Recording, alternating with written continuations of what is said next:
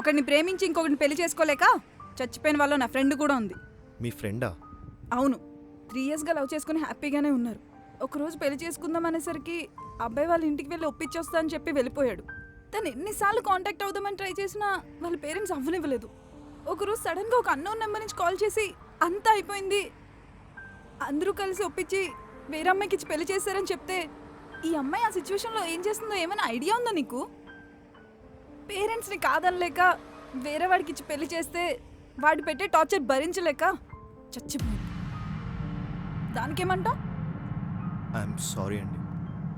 C, తప్పులు 2 వైపులా ఉంటాయి.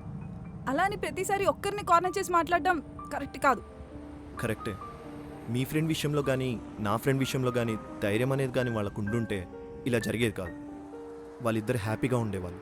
నిజమే, నువ్వు చెప్పినట్టు అలా ధైర్యంగా ఉండుంటే పెళ్లి చేసుకొని ఇప్పుడు వాళ్ళు హ్యాపీగానే ఉండేవాళ్ళు.